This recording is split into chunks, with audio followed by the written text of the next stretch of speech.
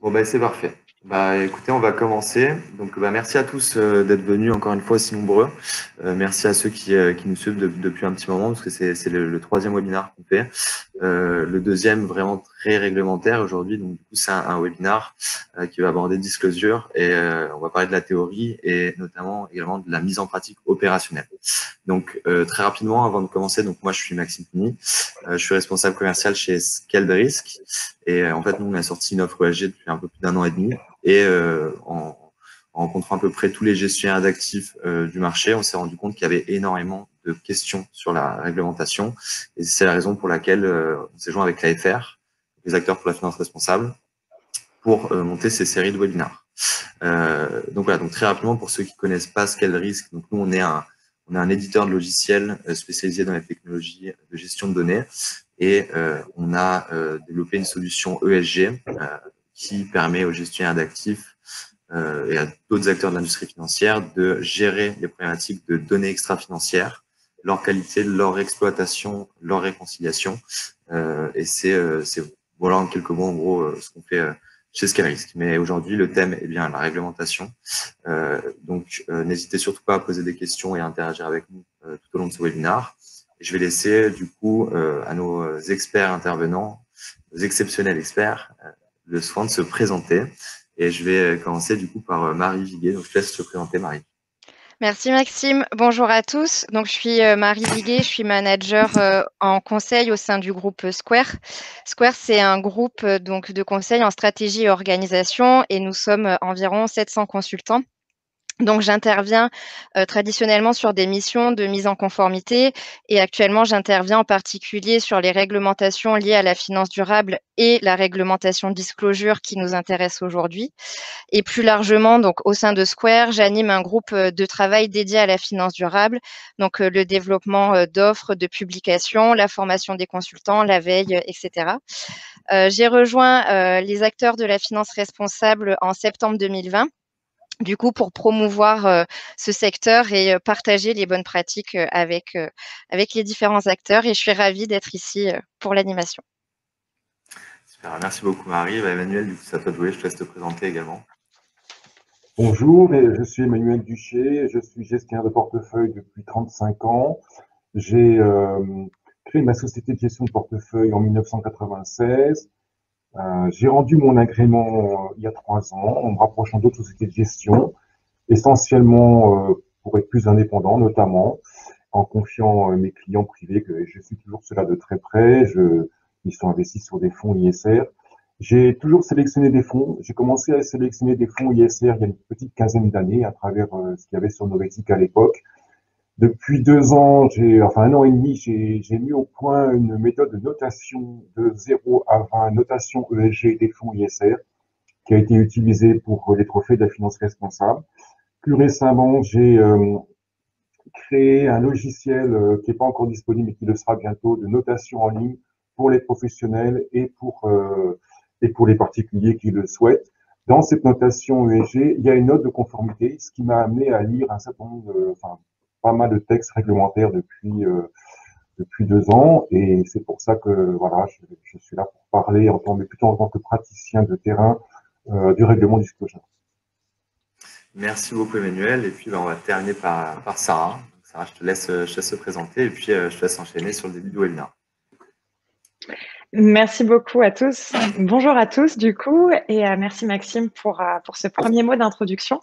Donc de mon côté, je suis cofondatrice de l'association Les Acteurs de la Finance Responsable.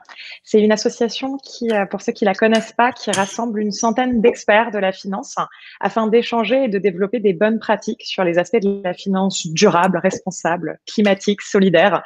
On est très inclusif.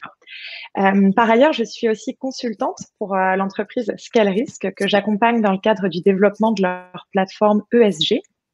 Et enfin, j'exerce en tant qu'intervenante dans plusieurs universités et pour des entreprises sur les enjeux liés à la finance responsable. Comme tu l'as très bien souligné, Maxime, l'objectif de cette série de webinaires, c'est à la fois de sensibiliser aux enjeux réglementaires, mais aussi de voir de façon opérationnelle comment ces nouvelles réglementations peuvent être mises en œuvre dans les institutions financières.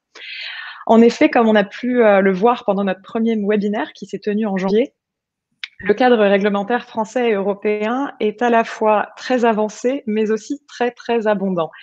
Entre la taxonomie européenne, la réglementation benchmark, l'article 173 et les nombreux autres sujets que l'on a pu évoquer lors de notre précédente rencontre, il y a vraiment de quoi faire. Et du coup, c'est le règlement disclosure que nous avons choisi d'aborder avec vous aujourd'hui. D'abord parce que les premières échéances approchent. On en parlera avec la fameuse date du 10 mars, mais aussi parce que la mise en œuvre opérationnelle de ce règlement soulève de nombreuses questions. Et donc, ce sont ces sujets que nos invités vont traiter aujourd'hui, Emmanuel et Marie. J'en profite par ailleurs pour vous rappeler qu'à tout moment, vous pouvez poser vos questions dans le chat. On y répondra à la fin de l'échange. Par ailleurs, autre point, ce webinaire, il a été construit pour vous, mais surtout grâce à vous, puisqu'on a reçu énormément de questions liées à SFDR depuis notre dernier événement. Et je souhaite donc par ailleurs remercier toutes les personnes qui ont contribué à orienter cet événement pour qu'il soit au plus proche du terrain et donc finalement au plus proche de vos besoins. Et du coup, sans plus attendre, on va peut-être rentrer un petit peu plus dans le vif du sujet.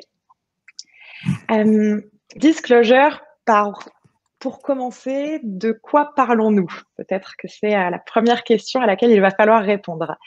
Ce règlement, c'est un règlement européen qui a pour ambition d'encadrer à plusieurs niveaux, autant au niveau des entités que des produits, la transparence des fonds d'investissement et plus largement des acteurs de la finance vis-à-vis de l'intégration des enjeux environnementaux et sociaux. Les acteurs financiers seront, du fait de ce règlement, tenus d'expliciter leur politique de gestion des risques ESG et la manière dont ils prennent en compte ces risques lorsqu'ils peuvent avoir des incidences sur la valeur de leurs investissements.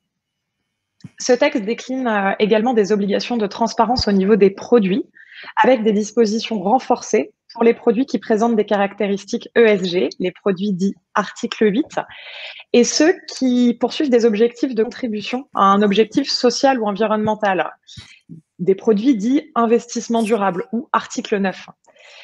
Et plus encore, le règlement disclosure va introduire une notion essentielle, celle des facteurs de durabilité, qui se définit comme les questions environnementales, sociales, de respect des droits de l'homme, de lutte contre la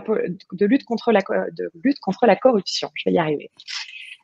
Du coup, ce texte impose à cet égard aux acteurs financiers d'une certaine taille de communiquer sur la prise en compte des principales incidences négatives de leurs investissements sur ces fameux facteurs. En clair, finalement, qu'est-ce que ça sous-entend? Ça sous-entend quel est l'impact de nos investissements sur ces fameux secteurs, sur les enjeux de corruption, sur les enjeux environnementaux, sur les enjeux sociaux, etc. Vous le comprenez donc, c'est un règlement très abondant qui touche de nombreuses procédures de suivi et de reporting, et forcément qui soulève de nombreuses questions quant à sa mise en œuvre. Ce webinaire sera donc l'occasion de vous présenter le périmètre concerné par Disclosure et le détail de ses obligations, ainsi que le calendrier de mise en œuvre, et bien entendu la grande question qui est celle du déploiement opérationnel.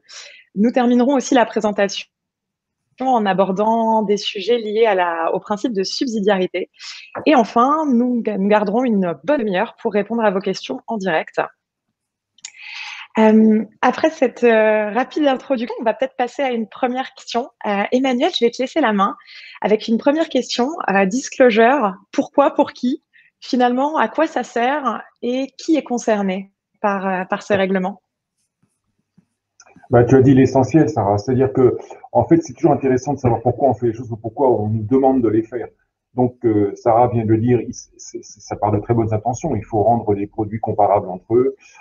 Il faut bien comprendre qu'en arrière-fond, l'objectif aussi des autorités européennes de supervision, c'est de créer un label vert européen, écolabel. On attend depuis 3 ans, il devrait sortir à la fin de l'année. On a quand même 9 labels nationaux en Europe qui sont pas toujours comparables, c'est le moins qu'on puisse dire. Et à terme, le deuxième objectif, c'est pour les ESAS, les autorités européennes de supervision, c'est de créer un label ISR européen. C'est-à-dire qu'on aura un label vert, un label ISR européen, comme on a en France, si vous voulez. Et l'autre objectif, évidemment, l'autre pourquoi, c'est pour attirer plus de capitaux vers les fonds ISR et avec une vision long terme. Et évidemment, moi, je pose la question, plus de capitaux pour les particuliers aussi, parce que bon, c'est difficile à compter, mais quand on a des sondages, on se rend compte que seulement 5% des particuliers mettent investissent dans des fonds ISR. Alors ensuite, la question c'est qui? Qui est concerné par le règlement Disclosure européen? Alors, normalement, tout le monde. Normalement, tous les professionnels de la finance. Mais, car il y a un mais, il faut bien comprendre que le terme conseiller financier n'a pas du tout le même sens au niveau européen que les conseillers en investissement financier ou les conseillers en gestion de patrimoine en France. Donc, si on prend le règlement Disclosure, on a l'impression que les chiffres sont concernés. En fait, non, pas à l'instant T. Quand ils le seront, il y a une dérogation on va dire, de légèreté pour tous les CIF qui ont moins de 3 personnes. Ils auront juste à déclarer les risques de durabilité, sur lesquels on reviendra après. Mais si vous prenez le projet de décret qui est en consultation actuellement dans ce qu'on appelle l'article 29, qui doit prendre la suite de l'article 173, eh bien, les conseillers en investissement financier, les CGP, ne sont pas concernés à l'instant T. Enfin bon, ça va pas durer très longtemps, il faut se faire aucune illusion. Là, pour le coup, le village gaulois sera envahi. C'est à toi, Marie, maintenant, je pense. Merci, merci beaucoup, Emmanuel. Effectivement, Marie, est-ce que pour continuer sur le pourquoi, pour qui, la troisième grande question, c'est le quand. Est-ce que tu peux nous en dire plus sur ces obligations et le timing qui s'y associe, s'il te plaît? Oui, merci Sarah. Alors, ici, vous avez un calendrier de disclosure. Donc, comme vous le voyez, il y a une entrée en vigueur du texte qui est progressive, avec des premières échéances à mars 2021, 2022 et 2023. Donc, la question, c'est pourquoi une entrée en vigueur progressive? Alors, parce que en fait, il y a des obligations du texte qui ont des RTS, donc c'est des Regulatory Technical Standards, et d'autres qui n'en ont pas. Donc, qu'est-ce qu'un RTS? Un RTS, en fait, c'est un complément à la publication initiale. Donc, c'est un complément technique qui vient aider à l'implémentation du texte et qui donne, en fait, des obligations supplémentaires. Donc, dans le cadre de disclosure, on a un texte dit, donc le texte de niveau 1, qui a été publié en novembre 2019, dont les premières obligations entrent en vigueur au 10 mars 2021. Et ensuite, vous avez le texte de niveau 2 qui a été publié la semaine dernière et dont la plupart des obligations entrent en vigueur pour le 1er janvier 2022. Donc, il y a bien ces deux niveaux de texte à prendre en compte. Donc, par rapport aux différentes obligations, en termes de calendrier, on va avoir toutes les obligations du niveau 1 pour le 10 mars, à l'exception de 2 articles. Donc, c'est les triangles que vous voyez. L'article 11, donc l'article 11, c'est la publication des rapports périodiques et la mise à jour des rapports périodiques. Ça, c'est attendu directement à partir du 1er janvier 2022. Et ensuite, le deuxième article en décalé, c'est l'article 7. Donc, c'est la publication concernant les incidences négatives au niveau des produits. Et ça, c'est attendu pour le 30 décembre 2022. Sinon, tout le niveau 1 est attendu pour le 10 mars. Ensuite, vous avez le niveau 2 donc, qui vient compléter et donner des obligations complémentaires au niveau 1 qui est appliqué à partir du 1er janvier 2022. Donc, c'est par exemple le cas pour les informations précontractuelles au niveau des produits ESG. Donc, c'est les produits article 8, article 9. Et également les indicateurs, donc les incidences négatives et les indicateurs évoqués par Sarah, où là, ces informations d'ordre quantitatif sont attendues pour 1er janvier 2022. En commentaire, en fait, pourquoi avoir cette entrée en vigueur progressive?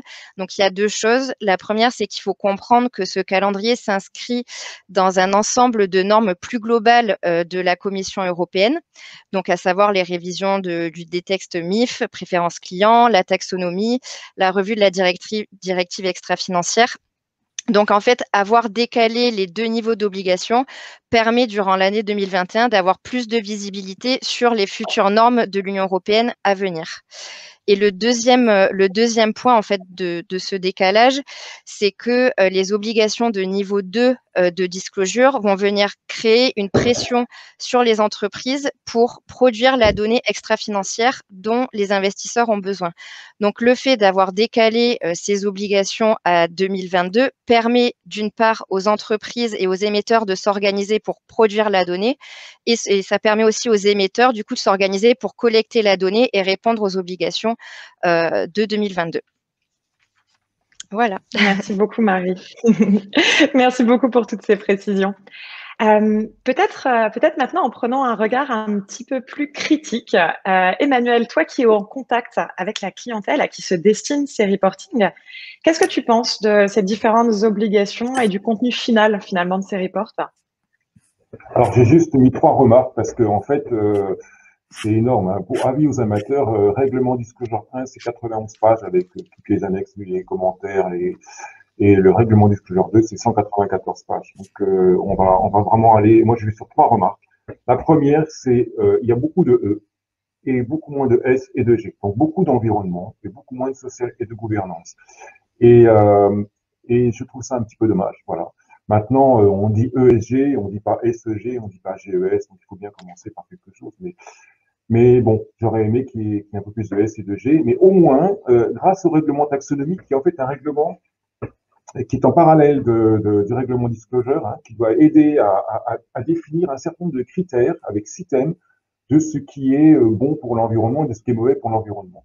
Et au moins, je trouve que ce règlement taxonomie, il est très bien fait parce qu'il est très complet. On traite de l'ensemble du E et pas que du C. Alors, quand je dis pas que du C, c'est-à-dire pas que du climat. Parce que moi, en voyant tous les fonds thématiques qui sortaient, je voyais énormément de fonds sur le réchauffement climatique. Alors, soyons clairs, le réchauffement climatique, c'est très important, c'est une urgence, il y a aucun sujet, c'est vraiment un truc très sérieux. Sauf que on parlait pas assez, à mon avis, d'autres sujets dans le E qui sont tout aussi urgents, comme les pollutions, qui sont pas forcément des pollutions qui réchauffent l'atmosphère. Hein, juste que vous avez compris, des pollutions qu'on a dans nos assiettes avec des aliments ultra transformés qui peuvent tuer autant de monde que le réchauffement climatique, disons-le. Et puis vous avez d'autres types de choses comme le respect de la biodiversité ou autre. Mais je veux dire que ce règlement taxonomie, franchement, il est très bien fait. Donc là, je dis des compliments, même si je regrette le S et le G.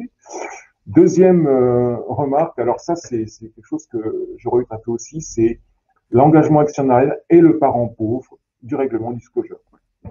Euh, alors, euh, alors même qu'en fait, il y a une directive européenne qui est sortie en mars 2017 sur le droit des actionnaires, qui a été transposée en France par la loi Pacte sur les droits et devoirs des actionnaires. Et en fait, aujourd'hui, tout le monde parle, enfin, beaucoup de gens parlent d'impact investing, hein, d'investissement à impact. Et dans les investissements à impact, moi je vous dis ça vraiment comme par rapport au terrain, vous avez les investissements à impact où vous avez investi déjà sur les bons élèves, c'est-à-dire sur les fonds thématiques, souvent sur l'eau, sur le climat, sur l'environnement, etc. Et là, vous mesurez vos impacts, alors voilà, le nombre de CO2 en moins, etc., etc. Et quand vous regardez bien les choses, qu'est-ce qui se passe? Ce type de fonds, c'est ce que j'appelle un petit peu avec l'humour l'ISR bonne conscience. Vous, en tant que détenteur de fonds ISR, vous les financez tous les 5 ou 10 ans, c'est-à-dire quand il y a une augmentation de capital, ou quand vous achetez des obligations vertes. Mais bon, le reste du temps, c'est comme les ETF. Je dirais pas que c'est passif, mais voilà. Et il y a un deuxième type d'impact investing, d'investissement à impact, qui est lié à l'engagement actionnarial et qui est beaucoup plus difficile à vendre en termes de marketing et qui est basé sur le fait que vous avez des moins bons élèves en portefeuille. Tout le monde n'est pas obligé d'avoir du total ou autre, mais que du coup, vous les amenez à travers un engagement actionnarial à évoluer. L'engagement actionnarial, c'est quoi? C'est en amont le dialogue actionnarial tout au long de l'année, en aval les votes aux assemblées et in fine, et parfois le dépôt de résolution. Mais tout ça est assez logique parce qu'en fin de compte, quand vous regardez le règlement taxonomie et le règlement disclosure, ils doivent conduire à un label, à un éco-label. Et quand vous regardez les labels européens, ils sont beaucoup plus basés sur les principes d'exclusion de secteurs, etc., que d'inclusion. Et l'inclusion, c'est pas mal l'engagement actionnarial. Voilà. Donc, mais les deux sont utiles et j'espère que, au fur et à mesure, l'engagement actionnarial prendra plus de place dans le règlement disclosure. À ce sujet, je vous invite à aller voir sur Novetic, que tout le monde doit connaître, excellente Novetic. Sur leur site internet, ils ont sorti en juillet 2020 un papier sur une analyse sur l'engagement actionnarial. Alors maintenant, Novetic, c'est parfois payant, il y a des abonnements, mais là, c'est disponible. Et qui conclut son analyse en disant l'engagement actionnarial est la pratique d'investissement responsable la plus efficace pour pousser les entreprises à faire évoluer leurs pratiques ESG. Voilà. Autre remarque sur le fond, il n'y a pas dans le règlement disclosure de référence à la directive de la Commission européenne sur les préférences ESG à demander aux clients finaux. Alors, c'est normal, c'est pas encore voté, Mais quand même, il faut notamment que nos amis CIF, CGP le sachent. Ça a été annoncé en juin 2020 dans les journaux. Et en fait, tous les prestataires financiers, je dis bien tous les prestataires financiers, vont devoir demander à leurs clients finaux, quand ils feront le test d'adéquation de NIF2, ils vont devoir demander aux clients finaux leur préférence ESG. Voilà. Ce qui veut dire, soit dit en passant, que nous, CIF, CGP ou autres, bah, on sera bientôt concernés par le règlement Disclosure. Marie, je te repasse la parole. Merci beaucoup Emmanuel pour toutes ces informations. Marie, justement, est-ce que tu as peut-être d'autres choses à ajouter en complément concernant effectivement ce regard critique qu'on peut avoir aussi sur Disclosure? Oui, en effet. Donc, ce qu'il faut bien comprendre, en fait, c'est que toute l'information financière produite par les sociétés de gestion, donc que ce soit les informations précontractuelles, les rapports périodiques, tous ces documents vont devoir être mis à jour suite à Disclosure. Et moi, en fait, ma préoccupation, c'est que j'ai l'impression que pour le client final, il va y avoir énormément d'informations liées à l'ESG et liées du coup aux obligations Disclosure. Et moi, mon point, c'est voilà, est-ce qu'on ne risque pas de perdre le client final dans toutes les informations ESG? Et je pense que le challenge pour les conseillers financiers et pour les producteurs, ça va être de rendre une documentation, une marketing qui soit peut-être un peu plus digeste et un peu plus claire pour pouvoir vendre ce type de produit. Merci beaucoup à tous les deux. Effectivement, il est important voilà, de toujours essayer de garder un regard critique et tous ces points sont effectivement assez importants, sans aucun doute. La question qui se pose ensuite, finalement, c'est la mise en œuvre. Est-ce que, Marie, tu pourrais justement nous en dire un petit peu plus sur la partie très opérationnelle de ce règlement? Comment ça va se passer? Qu'est-ce qui est attendu? Dis-nous-en un petit peu plus. Alors, donc on a, comme vous l'expliquez Sarah, on a deux types d'obligations, donc des obligations qui concernent les entités et des obligations qui concernent les produits. Donc concernant les obligations des entités, donc c'est l'intégration des risques en matière de durabilité. Article 3 dans les procédures, les politiques d'investissement et les politiques de conseil. Ensuite, l'article 5, il y a une petite erreur, c'est l'intégration des risques en matière de durabilité dans les politiques de rémunération. Et enfin, dernière obligation pour mars 2021, article 4, intégration, donc prise en compte des incidences négatives des investissements. Donc voilà, prise en compte, publication concernant ces incidences négatives. Donc ce qu'il faut avoir en tête, c'est que déjà par rapport à ces obligations, il y a un vrai challenge puisque sur les obligations concernant les risques en matière de durabilité, il y a uniquement un texte de niveau 1 qui est assez large. Donc par rapport à ça, des difficultés d'interprétation et de mise en œuvre.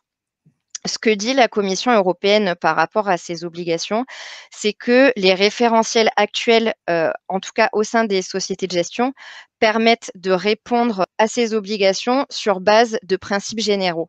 Donc, en gros, les pratiques existantes doivent permettre de répondre à ces obligations de niveau 1 selon des principes généraux. Il faut vraiment utiliser ce qui est déjà en place. Ensuite, au niveau de l'attendu, les premières attentes, ça va être déjà de publier ce qu'ont fait les pratiques existantes sur les sites internet et ensuite de mettre à jour les différentes politiques et de publier ces politiques sur les sites internet. Donc concrètement, qu'est-ce que ça va donner? Donc dans un premier temps, pour les acteurs de marché financier, donc les producteurs ou sociétés de gestion, concernant l'article 3, donc, l'intégration des risques en matière de durabilité, les politiques qui vont être principalement impactées, ça va être les politiques controverses, engagement actionnarial, exclusion. Donc, c'est ces politiques-là qu'il faudra amender en intégrant ces risques en matière de durabilité. Et ensuite, donc, les publier sur les sites Internet. Et dans la façon dont on va mentionner ce qui est fait déjà, on pourra faire référence aux référentiels existants, à savoir les Principles of Responsible Investing, les standards de la TCFD, qui sont des standards qui sont de plus appliqués par les sociétés de gestion. Donc ça, voilà, c'est pour répondre à l'article 3. Pour répondre aux obligations de l'article 5, donc concernant les politiques de rémunération, ici, voilà, ce qu'il faut mentionner, c'est qu'il y a une gestion saine des risques en matière de durabilité et qu'il n'y a pas d'exposition trop importante par rapport à ces risques-là lorsque les gérants vont faire lorsque dans les métiers des gérants ou alors dans le conseil. Donc voilà, publier, en fait, mettre à jour ces politiques de rémunération et publier sur internet ce qui est fait. Et ensuite, donc le dernier point concernant les politiques de diligence raisonnable. Donc ici, en fait, pour mars 2021, il y a des informations qualitatives qui sont attendues sur comment on identifie l'impact de ces investissements. Est-ce qu'il y a déjà des indicateurs qu'on utilise et est-ce qu'il y a déjà des pratiques qu'on met en œuvre? Donc, c'est des informations qualitatives et il faut donc soit dire qu'on fait déjà des choses et donc répondre au principe, donc comply, expliquer ce qu'on fait dans les grandes lignes, ou alors dire qu'on ne fait pas et qu'on a l'intention de faire et de prendre en compte ces incidences négatives. Donc, c'est le explain. Et donc là aussi, ce qui est attendu, c'est d'expliquer ce qu'on fait sur le site internet et de publier ces politiques une fois qu'elles seront mises à jour. Un dernier mot concernant les conseillers financiers. Donc là, la démarche est un peu différente, mais l'idée ici, c'est de vraiment cibler ce qui est fait au niveau de la démarche de conseil, donc quel produit ESG on vend et comment on le vend.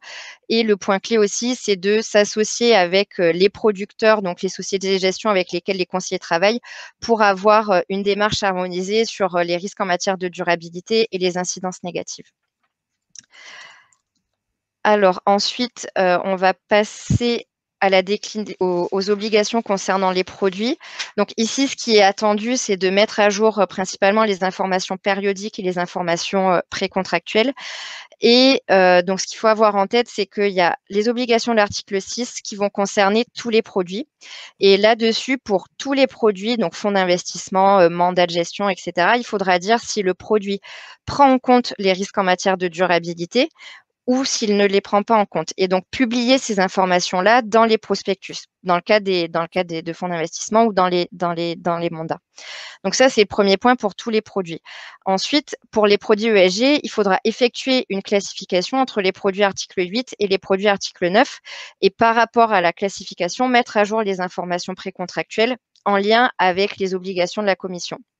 Sachant que ce qui fait la distinction en fait entre les produits article 8 et article 9, c'est vraiment l'intensité, puisque les produits article 9 sont des investissements durables. Il doit y avoir une proportion qui doit être rattachée à la définition de la taxonomie. Donc, vraiment une proportion d'objectifs d'investissement durable à afficher et donc des produits plus forts pour les produits article 9.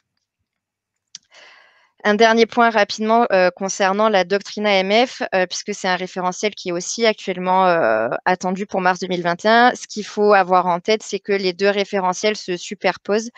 SFDR, c'est centré sur des objectifs d'investissement, les risques en matière de durabilité et des informations à fournir, alors que la doctrine AMF, c'est plutôt une articulation entre des stratégies de gestion et la proportion d'informations à fournir. Mais il faut bien avoir en tête que ces deux référentiels coexistent et qu'il faut mettre à jour les informations selon ces deux normes-là. Merci beaucoup, Marie. Effectivement, ça fait beaucoup d'informations et je pense qu'on se rend compte à quel point finalement c'est un règlement complexe grâce à toi. En tout cas, c'est déjà beaucoup plus clair. Un point dont nous avions discuté pendant la préparation de ce webinaire, ce sera notre dernière question, c'était la déclinaison dans le droit français en fonction des différentes instances régulatrices dans chaque pays. Emmanuel, est-ce que tu peux nous en dire plus justement sur ce fameux principe de subsidiarité et puis les choses que ça engendre finalement? Bon, alors la subsidiarité, pour rappel, c'est le fait de déléguer au niveau local ce qui peut être traité au niveau local. Et donc, moi, je me suis posé une première question un petit peu espiègle, c'est à qui transmettons la subsidiarité? Et ma réponse a été, elle se transmet en famille. Elle se transmet dans la famille conformité, c'est-à-dire que si vous prenez l'exemple de la France, ça se transmet à l'AMF et à la CPR. Voilà. Mais j'ai pas de jugement là-dessus, si ce n'est que ce serait bien aussi qu'il y ait plus de professionnels qui soient subsidiarisés, si je puis dire. Je prends l'exemple que vient de donner Marie, c'est qu'on superpose en France la position recommandation de l'AMF qui date de mars 2020, donc qui a été fait vraiment en même temps que ce règlement disclosure, donc sur ce qu'on doit faire. Et je vous donne un exemple concret de terrain. C'est une société de gestion de portefeuille belge, de groupe Petercam Asset Management, pour ne pas la nommer. Oh, j'ai un écho dans le... Ouais. Pour ne pas la nommer, et qui a des fonds qui sont avec le règlement, avec le label luxembourgeois, donc label LuxLine, qui a des fonds qui sont labellisés avec le label belge. donc label Towards Sustainability, et qui n'a pas de label français. Sauf que quand vous commercialisez ces fonds en France, il faut se confirmer à l'AMF. Et l'AMF, en fait, c'est un copier-coller amélioré du label ISR français. Donc, vous avez, pour faire simple, je vais essayer de pas rentrer dans le détail, mais vous avez quelque chose qui tient beaucoup à cœur à l'AMF, c'est l'engagement significatif. Et suivant l'engagement significatif, vous avez 3 niveaux. Vous avez le niveau 1, le plus fort, alors là, il faut communiquer beaucoup, on va dire. Le niveau intermédiaire, vous communiquez un peu moins, et le niveau où vous avez peu de SG, vous communiquez peu. Sauf que, par rapport à ces fameux articles 8 et article 9 du règlement disclosure, je ne vous dis pas le casse-tête que ça a été pour deux groupes Petercam Asset Management. J'ai assisté à une conférence avec la responsable de l'ISR à l'AFG, et c'est tout simplement extraordinaire, quoi. Donc, bon, alors après, il y a plein d'explications, l'AMF va affiner tout ça. Mais voilà, c'est une subsidiarité qui parfois crée des petites contradictions. Alors après, je viens rapidement à l'article 8 et l'article 9. Moi, ça a fait couler beaucoup d'encre au niveau des sociétés de gestion, ça a fait fonctionner beaucoup de neurones. Quand je les ai lus pour la première fois, article 8, en gros, on vous demande les bonnes pratiques. Donc pour moi, c'était simple, c'était les fonds ESG, ISR généraux, dans le genre un peu ce qu'on appelle best in class, meilleure sélection, best in universe, avec, vous savez, par zone géographique, voilà, action européenne, meilleure sélection, etc., etc. Et l'article 9, c'était les fonds thématiques. Voilà, on parle de pratique, non plus de pratique, mais comment dire, de solutions. Je recherche un peu l'article. On vous parle des objectifs mesurables, etc. Et donc voilà, c'était les fonds thématiques. Pour moi, c'était assez clair. Mais non, que nenni, c'est pas du tout aussi simple. C'est pas du tout aussi simple. Et d'ailleurs, le règlement Disclosure 2, justement, les autorités européennes ont ressorti toutes sortes d'explications, et le résultat des courses, c'est que vous avez un certain nombre de sociétés de gestion, parce qu'en fait, la frontière n'est pas claire entre article 8 et article 9. Donc, vous avez des sociétés de gestion qui ont des fonds ISR qui relèvent à la fois des deux articles. Alors, comment ils font? Je veux dire, ça, c'est vraiment... et le fond de ma pensée, c'est que soit il fallait faire quelque chose qui distingue clairement, soit il fallait pas le faire. Mais là, le gag, c'est que vous allez avoir des sociétés de gestion qui vont mettre des fonds en article 8, alors qu'en fait, ils relèvent un peu de l'article 9. Voilà. Mais bon, ça va s'améliorer, hein. Et le dernier point, c'est ce qu'on appelle les principales incidences négatives. Alors, PAI en bon français, c'est Principal Adverse Impacts. Et donc, c'est tout ce que vous faites dans vos investissements qui ont des répercussions négatives. Alors, ça concerne que le S et le E et le S, c'est-à-dire bizarrement pas le G. Dans le genre, vous émettez des CO2, vous émettez de la pollution, etc., etc. Et alors, au départ, c'est ce que je mets à la fin de... Vous en aviez 32. 32 PAI obligatoires. Et alors là, et qui s'appliquait à tout. C'est-à-dire les fonds ISR, les fonds pas ISR, les mandats de gestion, etc. Alors là, ça a été... il y a eu des demandes que ça soit reporté. D'ailleurs, ça l'a été. Et alors, en plus, vous pouvez même pas mettre NA, non applicable. C'est-à-dire que si jamais vous aviez des fonds qui avaient les indicateurs. Et bon, alors finalement, le règlement disclosure a revu sa copie. Et on en a maintenant 14 obligatoires, plus 4, donc 2 sur l'immobilier et 2 sur les États. Voilà, sur tout ce qui concerne quand vous investissez dans les emprunts d'État, etc. Et il y en a, alors je sais plus, Marie peut peut-être me dire, je crois qu'on en rajoute, si j'ai noté ça quelque part, on en rajoute 48, mais qui sont facultatifs. Mais ça, c'est beaucoup mieux. Parce que là, on est sur un principe de subsidiarité où on vous laisse, en tant que professionnel, le choix de ce que vous pouvez mettre ou pas mettre. Donc ça en fait 66 au total, mais seulement 18 obligatoires. Et 14 si on prend que ce qui est financier. Voilà. Alors, tout ceci pour dire que j'ai terminé sur des critiques, mais la critique est facile et l'art est difficile. Je dirais en même temps qui aime bien châtie bien. Moi, je trouve que le règlement disclosure, il est au service du monde de l'ISR. Il est perfectible, il sera amélioré. Mais les autorités européennes de surveillance ont le grand mérite de l'avoir établi. Donc, merci, gratitude de l'avoir fait. Et donc, vie au règlement disclosure. Merci beaucoup, Emmanuel. Effectivement, je vois qu'il est déjà 12h35, donc on est presque pile dans les temps. C'est une bonne nouvelle. Je vous remercie du coup tous les deux, effectivement, pour cet éclairage et toutes ces informations. Marie, est-ce que tu as peut-être une dernière chose à ajouter? Ensuite, on enchaînera avec les questions. Oui, peut-être pour continuer sur le principe de subsidiarité, comme l'expliquait Emmanuel. Ce qu'il faut savoir aussi, c'est que donc il y a le décret de la loi énergie-climat, donc l'article 29 qui a été publié dernièrement et qui entre en application à janvier 2022. Donc ce qu'il faut savoir, c'est que ce décret, encore une fois, va venir se superposer aux obligations qui concernent les entités que je vous ai mentionnées précédemment. Donc il va y avoir les obligations de disclosure entité plus les obligations de l'article 29 entité. Au niveau loi 29. Et donc, pour les produits, vous allez avoir les obligations de disclosure au niveau des produits, plus la doctrine AMF qui est mentionnée ici. Donc, voilà, il faut naviguer dans l'ensemble de ces réglementations et donc, ça peut être assez complexe. Merci beaucoup à tous les deux. En tout cas, je pense que cet éclairage a dû déjà beaucoup aider nos participants et voilà, malgré les méandres des réglementations, merci à vous parce que c'était extrêmement clair, je trouve.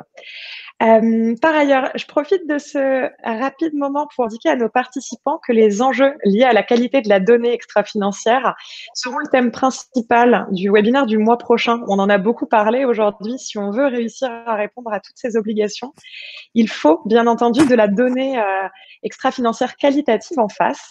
Et forcément, dans cet univers financier qui est dominé par la data, on peut se poser plein de questions, en particulier quel modèle économique pour la gestion de la donnée extra-financière, comment ça va se passer demain, c'est quoi l'avenir sur ces sujets-là. Et du coup, ce sera à ces questions que tenteront de répondre le 11 mars 2021 nos invités. Si jamais vous avez déjà des questions à leur poser sur les questions du modèle de la donnée, n'hésitez pas. Vous aurez la possibilité de nous transmettre vos questions dès la fin du webinaire par email. Et de la même façon qu'aujourd'hui, ça nous permettra d'orienter notre présentation. Donc voilà, les questions sont les bienvenues. Marie, Emmanuel, Maxime, merci beaucoup pour cet éclairage, pour toutes ces informations. J'espère que ça aura aidé au maximum les participants et je vous propose maintenant de donner la main à Maxime pour que l'on attaque les questions, puisqu'on en a déjà quelques-unes de reçues. Donc voilà, s'il y en a d'autres, allez-y, posez toutes vos questions, c'est le moment. Et, Alors, je vois qu'elles allons-y. commencent à arriver en grand nombre les questions. Donc, on va essayer de les traiter dans l'ordre et on va essayer d'être le plus efficace possible. Donc, on va revenir sur une question qui a été posée par Olivia, donc sur les RTS. Donc, qui aimerait savoir, il y a quoi dans les RTS sortis la semaine dernière? Quelles informations supplémentaires a-t-on reçues? Je vais peut-être ouvrir le bal parce que ça a été un grand moment pour nous la semaine dernière, cette question de RTS. On avait rendez-vous pour discuter tous les quatre de l'organisation de l'événement d'aujourd'hui et Marie nous a fait la joie de nous envoyer 2 heures avant le rendez-vous les 195 pages de RTS. Ça nous a laissé un peu pâle en se disant est-ce qu'on aura le temps de tout lire? Bien entendu, pas forcément. Je pense qu'on a tous les trois un petit peu survolé le sujet et qu'on a retenu chacun certaines choses. Pour ma part, ce que je retiens, c'est effectivement le passage de 32 PAI pour maintenant 14 plus 4, donc 14 qui concernent au sens large les institutions, plus 2 et 2 pour les émetteurs gouvernementaux et pour le marché des actifs immobiliers. Ça sous-entend effectivement, comme le faisait remarquer Emmanuel, pas mal d'allègement, on va dire, sur ces obligations et ces bons signes parce que du coup, c'est beaucoup plus adaptable grâce au fait que beaucoup d'indicateurs sont devenus facultatifs. Et un second point qui me semble pertinent à mettre en lumière, c'est la confirmation des fameux templates pour les documentations précontractuelles et pour les rapports périodiques. On a des templates en dur, c'est clair, c'est transparent. Je pense qu'on pouvait difficilement rêver mieux sur le sujet. On sait où est-ce que l'on va maintenant. Il faut mettre en place toutes les procédures, mais on a de premiers modèles qui sont, je trouve, assez pertinents. Je ne sais pas si Marie ou Emmanuel, vous voulez nous partager votre lecture, votre début de lecture des RTS, puisque ça ne fait que commencer. Moi, je rejoins entièrement ce que dit Sarah, en particulier donc concernant les informations précontractuelles. Comme je vous l'ai dit, le niveau 1 était assez large. Il y avait eu en octobre un projet de mock-up qui avait été diffusé par la Commission européenne sur les informations précontractuelles et les informations périodiques. Et on retrouve en fait dans le niveau 2 des templates qui sont extrêmement clairs avec cette classification produit article 8, article 9, le lien avec la taxonomie pour chacun des produits, donc la proportion d'investissement durable à mentionner, des graphiques qui sont attendus. Donc, c'est vraiment un bon point d'avoir émis toutes ces pages puisque je pense que ça va aider clairement les acteurs à mettre à jour toutes ces informations. Merci Emmanuel, pour peut-être. ces informations. Ouais, Emmanuel, est-ce que tu juste, veux rajouter quelque chose? ouais, juste une petite chose pour ceux qui ont envie de lire le règlement Disclosure 2. Et ben, je leur conseille de faire comme moi. C'est-à-dire que moi, j'étais à la fin, et j'ai trouvé les annexes, donc j'ai trouvé les RTS, etc. Pas du tout. C'est pas ce qu'on trouve à la fin. Elles sont en plein milieu, donc les normes de réglementation technique.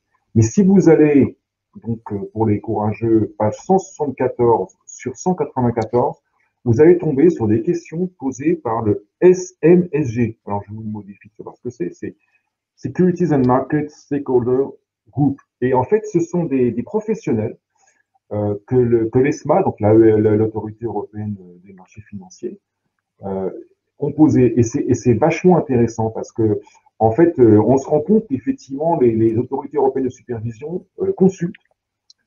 Et c'est vraiment des remarques très, très pertinentes, justement, sur CRTS et tout. Et je suis très heureux d'avoir commencé par la fin parce qu'on voit que c'est eux qui ont fait évoluer aussi ces fameux RTS.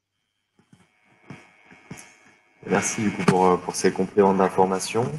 Donc on a d'autres questions. Donc on va essayer d'accélérer parce qu'il y a pas mal de questions qui commencent à s'accumuler. Donc on a une question qui me demande, donc Disclosure prévoit-il un principe de proportionnalité comme dans Solvency 2? Solvabilité 2. Ça, c'est pour toi, Marie. Alors, le principe, oui, tout à fait. Donc, le principe de proportionnalité, donc c'est effectivement bien de le rappeler, c'est que, alors, c'est d'afficher en fait et de dire ce qu'on fait, enfin, par rapport à la matérialité et par rapport à la taille de l'entreprise.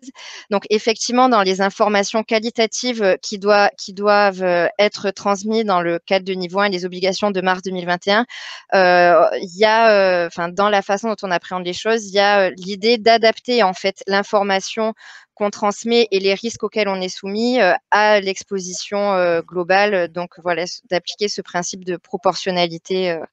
Donc en tout cas, dans les informations qualitatives. Ensuite, sur les indicateurs, donc les incidences négatives, là, il y a tout qui est applicable et tout qui est obligatoire. On peut pas adapter à la taille ou à l'exposition de l'entreprise ou du produit. En revanche, quand c'est de l'ordre qualitatif, voilà, il faut peut-être adapter ce qu'on dit. Merci beaucoup. Donc comme j'ai dit, on va un petit peu accélérer.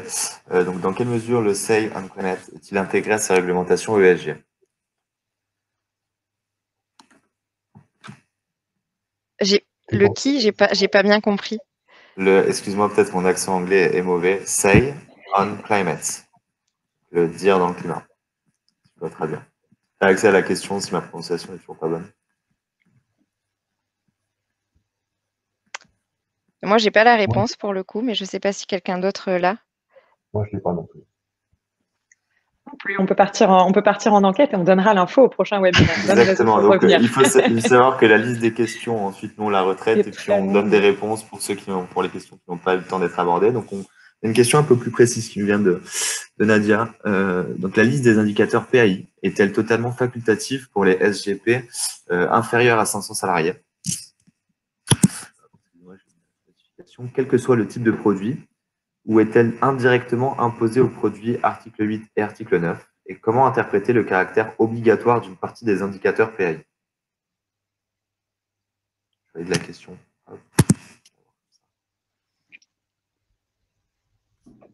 Bah, pour moi, enfin Marie, pour moi, moins de 500 salariés, tu es obligé de faire tes 14 plus 4 PAI. Hein. Moi, je vois pas, il n'y a pas de. Enfin, je crois pas qu'il y ait de dérogation là-dessus, hein, Marie. Je pense, je sais pas. En revanche, au niveau des produits, pour moi, ces indicateurs sont applicables sur tous les produits financiers qui sont mentionnés par le texte, donc pas uniquement les produits ESG. Et effectivement, ce qui est cohérent, c'est qu'en fait, vous avez d'une part, pour tous les produits financiers, l'article 6 et du coup, l'article 7 sur les incidences négatives. Donc, pour tous les produits, je pense que c'est assez clair, il faut appliquer ces indicateurs. En revanche, sur l'application des PAI au niveau des entités, il y a pour les entreprises de plus de 500 employés, elles sont obligées de s'y conformer donc là, la deadline, c'est juin 2021. Et après, pour les petites entités, elles peuvent se conformer à l'obligation de transparence ou pas. Donc, il y a la possibilité de comply or explain sur les incidences négatives. Je ne sais pas si je réponds à la question, mais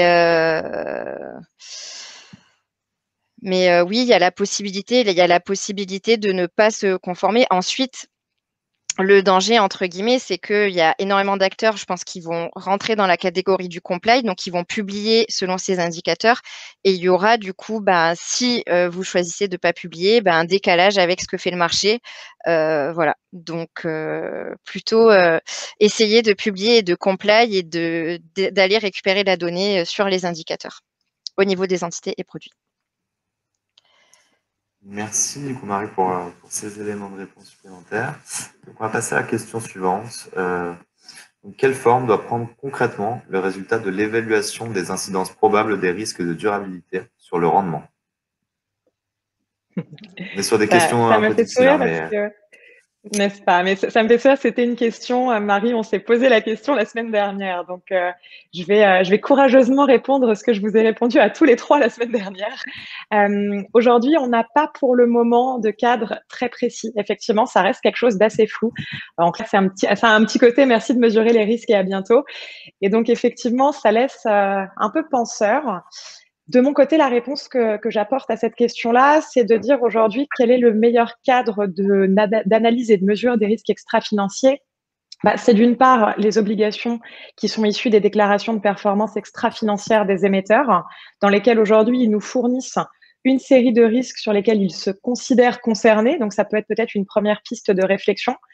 Et d'autre part aussi les travaux de la TCFD qui sont très avancés sur le sujet de la mesure des risques. Alors aujourd'hui, pour répondre simplement, pas de standard, des pistes de réflexion. Je pense que ça fait partie aussi des choses qui vont forcément générer le développement de pratiques de place. Ça va se développer au fur et à mesure. Donc voilà, pour l'instant, pas de standard, mais finalement, toutes les réflexions sont assez ouvertes avec peut-être comme première piste les risques côté des PEF, VS la TCFD, qui peut être aussi un bon guide pour répondre à ce sujet. Je ne sais pas si Emmanuel ou Marie veut ajouter quelque chose sur ce point-là. Mais... Alors, moi, je voudrais juste mentionner une source voilà, qui peut être intéressante et je pense que la plupart des participants l'auront vu, c'est les publications qu'a fait l'AFG. Dernièrement, donc, il y a un guide pro qui a été publié en décembre 2020 qui donne des indications concrètes et également une fiche technique qui a été publiée donc là début janvier sur les risques en matière de durabilité. Donc, il y a des recommandations particulières pour ces obligations-là. Merci beaucoup. Alors, on va rapidement, on va encore traiter quelques questions parce qu'il nous reste un peu de temps. Alors, j'ai une question sur... tac, hop, je me perds un peu. Elle est partie. Il y avait une question intéressante qui était en gros alors, on va passer à la suivante. Donc, c'était sur la timeline, donc surtout la distinction entre le level 1 et le level 2. Je ne sais pas si Marie et Emmanuel voulaient apporter peut-être des éléments là-dessus. Marie, à toi de jouer, je crois. Le niveau 1, en fait, le niveau 1 est applicable, tout le niveau 1 est applicable pour mars 2021, en fait. Et c'est bien la difficulté de l'exercice, c'est que c'est pas uniquement les obligations qui n'ont pas de RTS, c'est vraiment tout le niveau 1 qui est applicable. Et donc, du coup, il faut distinguer donc, les obligations entités produits. Et sur le niveau 1, par exemple, dans la classification des produits, article 8, article 9, il faut quand même, on s'attend en tout cas à ce qu'il y ait quand même une mise à jour des informations précontractuelles et de la distinction entre les produits article 8 et article 9. Donc ça, c'est le message, c'est que le niveau 1 est applicable pour le 10 mars. Après, il y a possibilité de travailler, on va dire, en priorisant en fait les différentes obligations. Les obligations au niveau des entités, il y a déjà possibilité d'identifier ce qui est fait, de faire une publication, ensuite de mettre à jour les procédures. Après, au niveau des produits, il faut déjà voir comment on répond à l'article 6. Est-ce qu'on prend les risques en matière de durabilité? Est-ce qu'on ne les prend pas en compte? Et ensuite, voir comment on classifie les produits ESG entre l'article 8 et l'article 9. Donc, il y a une démarche en fait de mise en œuvre qui peut être faite en priorisant ces différentes obligations et surtout en essayant de comprendre ce qui est déjà disponible, puisque les sociétés de gestion, pour la plupart, appliquent déjà différents standards voilà, et proposent des produits ESG. Merci beaucoup, Marie. Alors, il reste deux petites questions. Hein. On va traiter encore deux questions. Je pense qu'après, on arrêtera et puis bien sûr, on restera disponible pour répondre aux questions qui viendraient après ce webinaire. Donc, une question, je pense, c'est encore un peu pour Marie. Donc, existe-t-il des templates exemples pour répondre au niveau 1 de disclosure? Alors, la réponse est une bonne question. La réponse est non. Il n'y a pas de template qui existe. Après, il y a une démarche en fait concernant les risques en matière de durabilité. Donc déjà, c'est la première idée, c'est de définir ces risques sur base du règlement. Ensuite, de voir quelles sont donc les différentes politiques qui existent pour répondre à ces risques. Donc, comme on l'a mentionné, ça va être les politiques de diligence raisonnable. Les politiques d'exclusion, c'est très important puisque il y a déjà des politiques d'exclusion qui sont en place. Donc, elles permettent de répondre et de piloter ces risques. Il y a des politiques, voilà, comme disait Emmanuel, des politiques d'engagement actionnarial que mettent en place certaines sociétés de gestion. Donc, toutes ces politiques-là doivent permettre, et tous les référentiels existants doivent permettre de répondre à la question des risques en matière de durabilité. Il faut juste essayer d'articuler en fait ce qui est déjà en place avec cette nouvelle définition des risques en matière de durabilité donnée par Disclosure. Et après, peut-être plus largement, voir s'il faut mettre à jour en fait tout le risk management framework des sociétés de gestion ou des conseillers financiers par rapport à ces risques en matière de durabilité. Donc là, c'est revoir la gouvernance, revoir le contrôle. Voilà, c'est peut-être quelque chose de plus large, mais en attendant, pour mars 2021, il y a possibilité de répondre à l'obligation de transparence en utilisant ce qui est fait et en articulant un petit peu tout ce qui est en place avec Disclosure. Ok. C'est parfait. Alors juste, bon, on est sur la dernière question. Après, on arrête et puis je vous laisserai aller manger du coup. Donc, à quelle date doit être publié le premier reporting périodique des PAI avec le niveau de détail du RTS? Mon interprétation, donc c'est Julien qui nous pose la question et Julien nous dit mon interprétation est la suivante. Le premier reporting est attendu pour le 30 juin 2023 sur la période 2022. Et même question pour les reportings périodiques au niveau des produits. Donc, est-ce que vous pourriez peut-être apporter des éléments de réponse à Julien? Alors, j'ai pas lu tout le niveau 2, donc juste moi ce que j'avais en tête pour les informations périodiques au niveau des produits, donc les rapports financiers au niveau des produits, c'est publication sur l'année à partir du 1er janvier 2022 sur base des informations de l'année 2021. Donc, les états financiers des fonds qui devront être mis à jour, publiés selon Disclosure et fournis aux clients en 2022 à la clôture avec les informations de clôture 2021. Je ne sais pas s'il y a des informations complémentaires sur le niveau 2. Et ensuite, pour les PAI, au niveau des entités, donc il faudrait que je revérifie, mais je pensais que c'était 2000 publication à 1er janvier 2022 aussi. Et en revanche, au niveau des produits pour les PAI, là, c'est 30 décembre, à partir du 30 décembre 2022. Alors, pour peut-être rajouter un petit mot, Marie, effectivement, on a eu cette conversation-là au précédent webinaire où on avait aussi Kim et Guillaume. Donc, à nous 5, on peut peut-être réussir à formuler une réponse. Alors, moi, de mon côté, je m'alignais peut-être plus avec effectivement les propos de Julien dans l'idée, en fait, qui nous demandait de faire un reporting sur une année complète. Et en fait, c'est la raison pour laquelle, sur le plan du texte, en fait, tout le monde a un peu raison. C'est-à-dire que sur le plan du texte, tu as tout à fait raison, 1er janvier 2022. Sauf que du coup, pour que la boucle se fasse sur une année complète, on aurait une date de publication pour les pays en juin 2023. Donc voilà, c'est peut-être encore à confirmer et je pense qu'il faut se garder cette note-là parce que les avis divergent un petit peu. Mais effectivement, des conversations qu'on a eues, vous avez tous les deux raison, mais visiblement, pour la date officielle de publication, on serait sur le mois de juin. bien, merci à tous. Du coup, hein, merci à Emmanuel, Marie et Sarah d'avoir répondu à toutes ces questions. Donc, c'est l'heure de se quitter. Donc, je tenais à vous remercier, hein, tous ceux qui avaient été présents. Vous avez encore une fois venu assez nombreux aujourd'hui. Pour les questions les plus classiques qu'on nous pose très souvent, oui, on va vous envoyer la présentation et on enverra aussi le lien de rediffusion si jamais vous voulez le regarder ou réétudier certains passages. Et donc, du coup, je termine en disant donc, ce que Sarah a rapidement abordé tout à l'heure, c'est-à-dire que notre prochain webinaire aura lieu le 11 mars et il sera sur les questions de données extra-financières et notamment sur les business models de providers de données. Et l'idée est de confronter des petits acteurs qui sont en train de monter sur la partie données extra-financières, soit sur des entreprises cotées ou non, face à des acteurs établis et de confronter leur business model pour voir quel est l'avenir du business des données extra-financières. Donc, je ne sais pas si vous voulez rajouter un mot, Emmanuel, Marie, Sarah. Mais sinon, voilà, je remercie tout le monde et puis je vous laisse partir. Super. Pour ma part, je pense qu'on reprendra les mots d'Emmanuel. Longue vie à Disclosure et on se retrouve dans un mois pour la mise en application. On a du boulot. Donc, merci à tous et merci à Marie et Emmanuel pour s'être rejoints à nous et à toutes les personnes qui nous ont aidés à organiser cet événement. Et je vous souhaite un bon déjeuner et une bonne journée. Merci à tous. Merci. Au revoir. Merci à tous. À bientôt.